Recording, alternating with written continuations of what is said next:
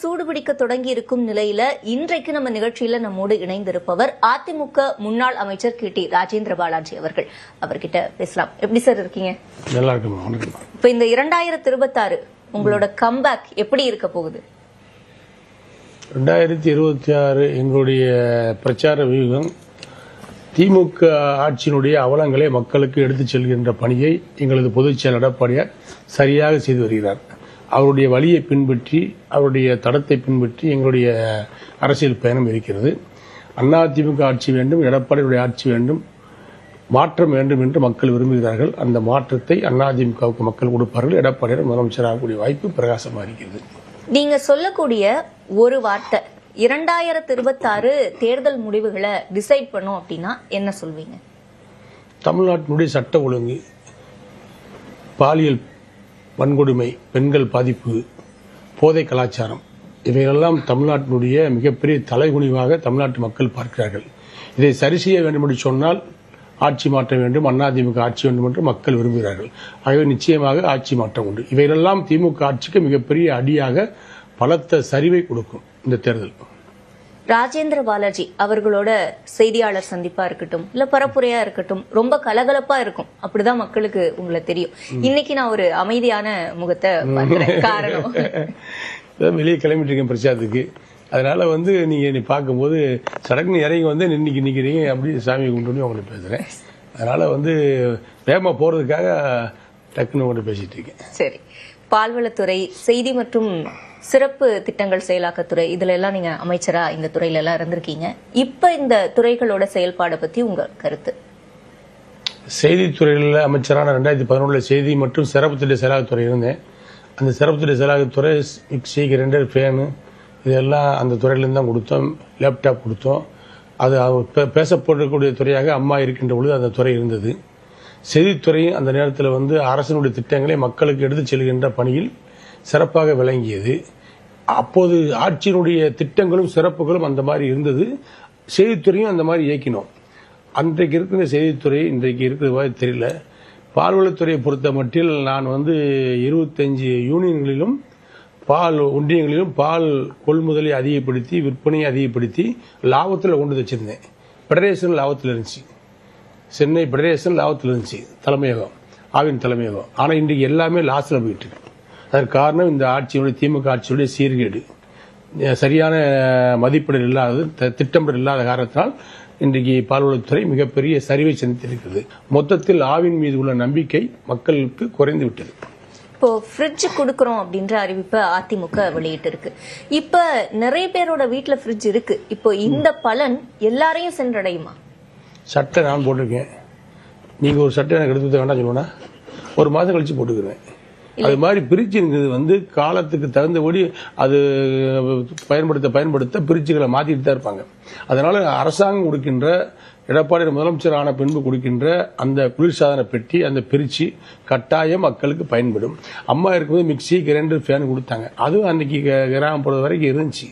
இருந்தாலும் மக்களுக்கு அது பயன்படுச்சா இல்லையா? அது மாதிரி தான் எடப்பாடியார் கொடுக்கின்ற திட்டம் இல்லத்தரசிகளுடைய வாழ்க்கைக்கு தேவையான திட்டம். பாமர மக்கள், படைப்பாளிகள், உழைப்பாளிகள், தொழிலாளர் மக்கள், ஏழை பெண்களுக்கு இது மிக அவசியமான திட்டம். நவீன காலத்தினுடைய உத்திகளை எல்லா பெண்களும் அனுபவிக்க வேண்டும், அடைய வேண்டும் என்பதற்காக எடப்பாடியார் கொண்டு வந்திருக்கின்ற அற்புதமான திட்டம் தான் பிரிட்ஜ். பிரிட்ஜ் இல்லாத வீடுகள் இன்னைக்கு நிறைய இருக்கு. கிராமப்புறத்துல எல்லாம் பிரிட்ஜ் கிடையாது.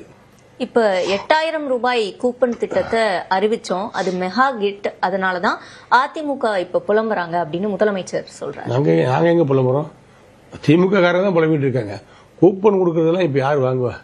இதெல்லாம் தள்ளுபடி கடையில் ஓடுறது கூப்பன். கூப்பன் ஜவுளி கடையில் தள்ளுபடிக்காக கூப்பன் தரோம், கூப்பன் தரோம். கூப்பன்னாலே அது போலி தான் அர்த்தம்.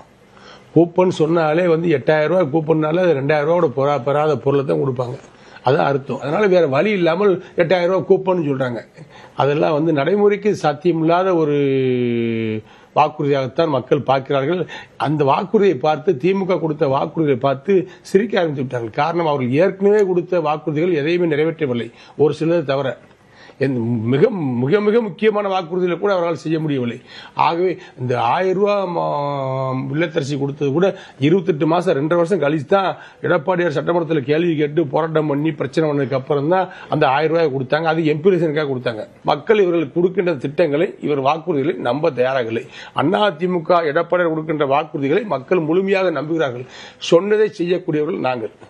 இப்ப தாமதமா செயல்படுத்தினாங்க அப்படின்னு குறிப்பிட்டீங்க. மகளிர் உரிமை தொகை, நான் முதல்வன் திட்டம், இப்படி பல்வேறு திட்டங்கள் உண்மையிலே மக்கள்கிட்ட தாக்கத்தை ஏற்படுத்தி இருக்கா, இல்ல மிகைப்படுத்துறாங்களா?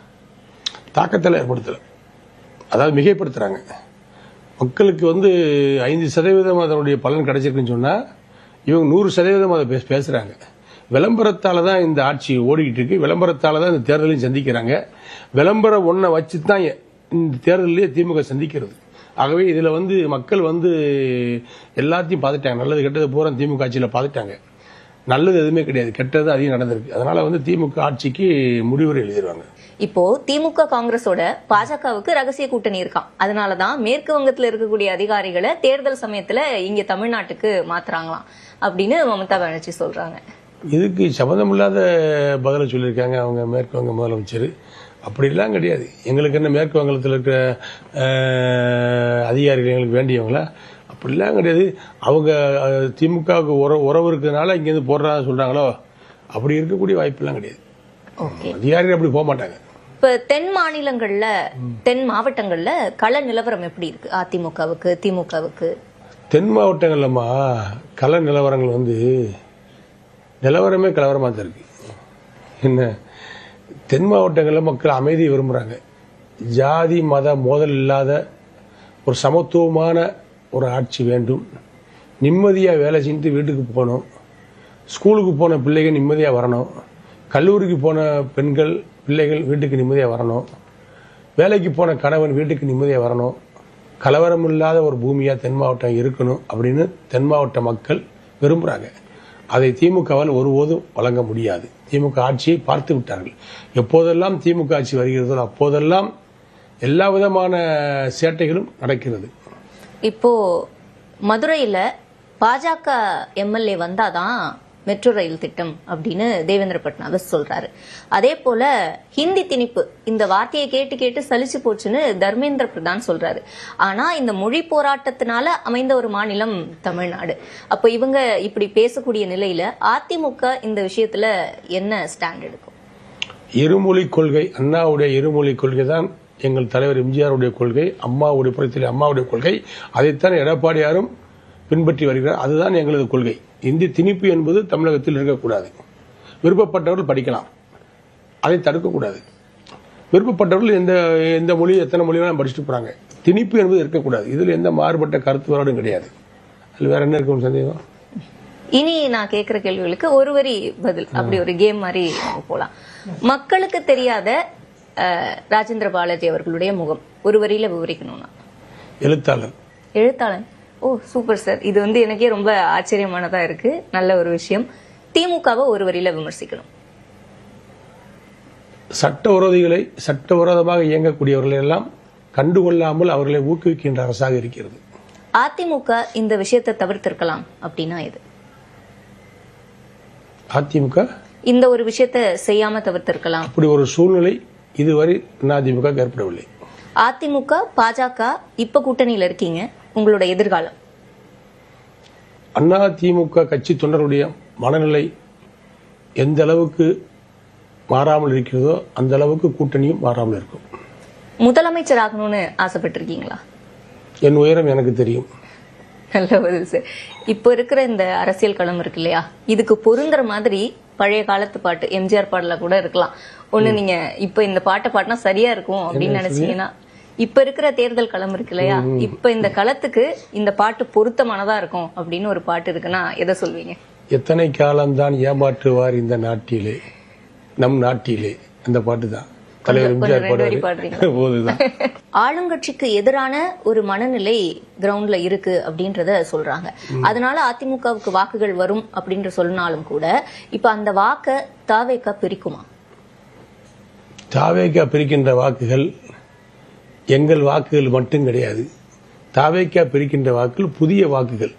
அதில் 7% திமுக வாக்குகள், 3% அதிமுக வாக்குகள். மொத்தத்தில் 4% திமுக வாக்கு தான் அதிகமாக போகிறது.